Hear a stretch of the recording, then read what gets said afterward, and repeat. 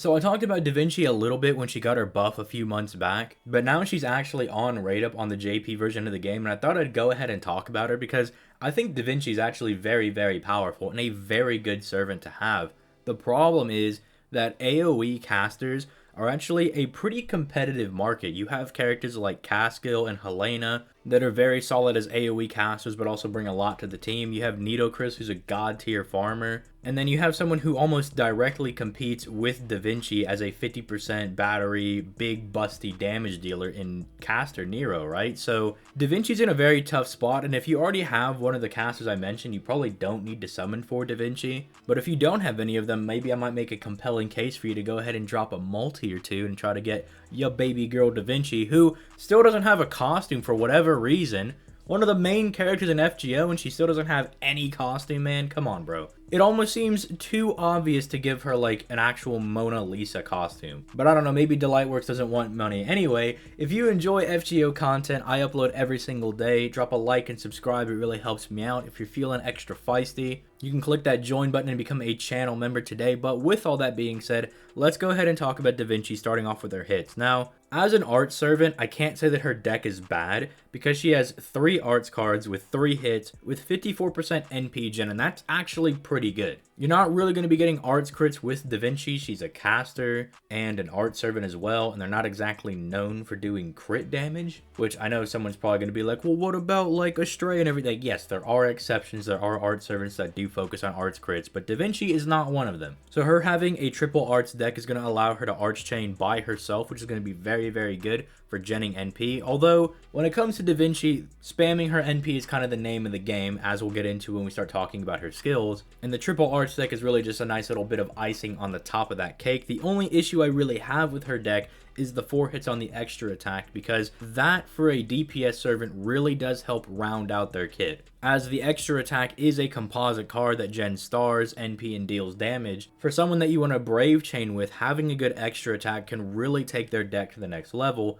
But having a poor extra attack can really hinder their overall efficiency and just how they perform with their deck. But even with the bad extra attack, well, even 4 hits isn't even really that bad. It's just 5 is the standard, but 4 is still acceptable. Even with that, I think Da Vinci should be fine with the ability to just spam arts brave chains. I think she'll be fine. I think she'll get along just fine, alright? Now, looking at her first skill, I think this is very solid because it's giving her survivability with the guts, and then it's giving her a lot of damage with the 30% NP damage buff for 1 turn. You can do defensive memes because she's also getting 30% defense for 3 turns, so you can pair with characters like Mash and Waver and go for like a more tanky build. But it's not all sunshine and happiness. While the guts is guaranteed, the NP damage and the defense, those are not. They have an 85% chance to proc, which does kind of suck. However, at 85%, there are CEs you could slap on Da Vinci. I don't know why you would waste a CE slot with one of the like 3-star CEs that gives like 15% buff success rate. But if you need to guarantee that you're going to get that NP damage, then by golly, you can use one of those 3-star CEs and make sure you get it. Or you could use someone good like Lan Ling. Lakshmi Bai is coming out in like a month. Ozzy's also on rate up. You could pull him. Makes a pretty good wombo combo. Just saying. Also at 85%, it's almost guaranteed. It's just, again, there's that 15% margin of error. And when you don't get that, your NP damage is definitely going to suffer a lot. But overall, I think the guts being guaranteed is very good. That's giving her good survivability if you want to use her in harder content. At least the chance for the NP damage is very high, and it's going to allow her to be the most damaging AoE caster if you can get that off. Now, looking at her second skill, this is like the Swiss Army knife skill because it just does so much for Da Vinci, especially after it just got buffed, because she's getting debuff immunity for 2 turns, which is very good in harder content.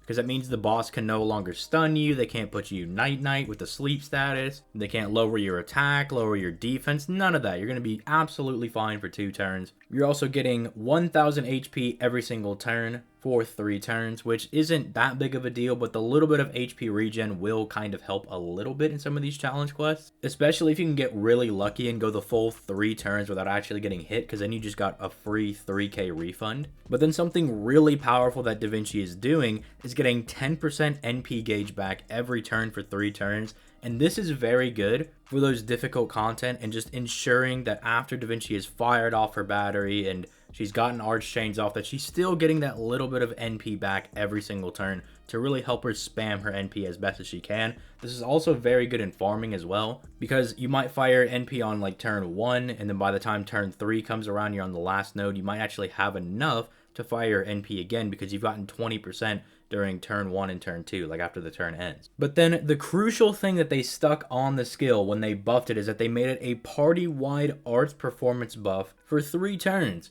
And considering that Da Vinci is an art servant, and you're going to be pairing her with characters like Castoria, Casgil, Helena, Waver, whoever, the fact that you're buffing their arts cards is also very powerful, because God forbid you're using it with someone like Casgil, that's going to buff his damage and the performance of his arts cards, which is very, very good. It's buffing her own damage, but then even for somebody like, say, Castoria or Waver, you're increasing the damage they do with their arts cards, as well as helping them get their NP faster. Which, I don't know about you guys, there have been some very tight situations where my Castoria or my Waver are like 5 or like 4% off from getting their NP, and then I get blown up because I can't pop either of their NPs to save me. So having that little bit of extra damage and that buff to their NP gen is going to be very, very powerful. Then we have the big mommy milker skill, the third one. She's getting a 50% gauge, she's getting ignore invincibility for 3 turns, and she's dropping 10 stars. I feel like the dropping 10 stars is just like, oh, by the way, here you go, like,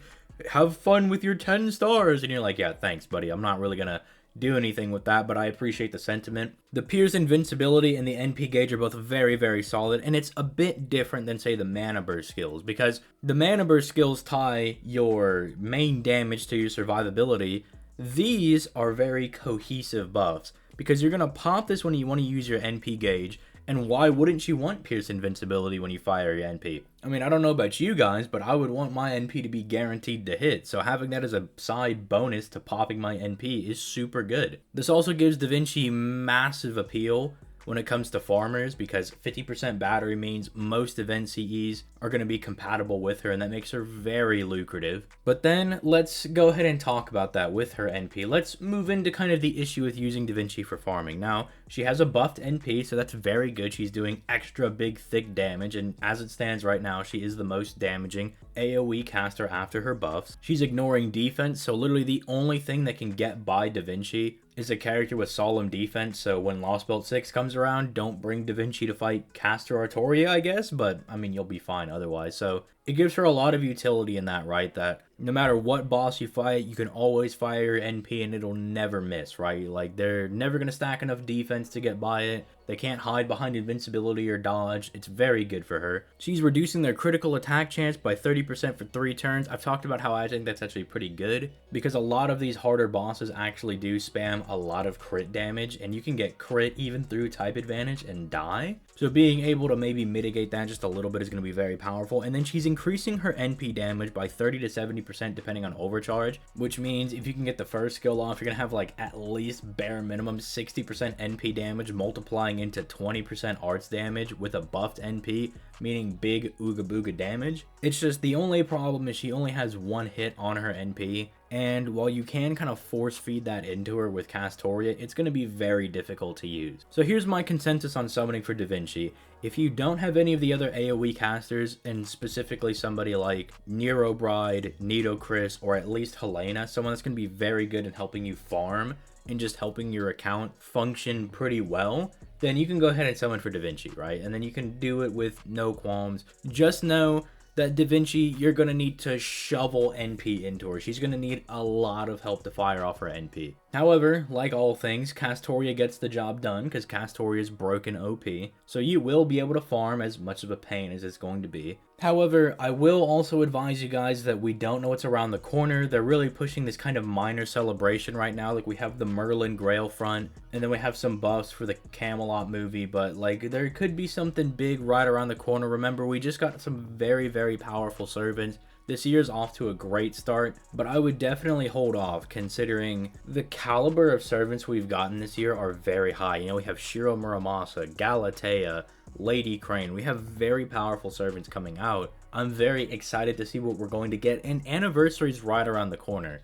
keeping in mind that like every anniversary's been pretty hype. Da Vinci's pretty good when she first came out for year one, 50% battery made her pretty strong. Sherlock is disgustingly broken, it's just nobody uses him. Scotty broke the entire game when she came out. Ryder Da Vinci is going to tear things up when she comes in on NA because she is an insane arts looping servant in a quick meta, and then Castoria comes out like a year later to buff her, and then yeah, year 5 we had Castoria. So anniversary's kind of around that time, you know, we're kind of encroaching near anniversary area, so kind of be mindful of what the Saint Courts you spend. If you're free to play, maybe hold off. If you're pay to play, maybe throw a multi or two at Da Vinci and try to snag her. But with that being said, I'd love to hear your guys' thoughts in the comments down below. Let me know what you guys think about Da Vinci. But with that being said, I'm going to go ahead and get out of here. You guys have yourselves a nice day. Peace late, guys.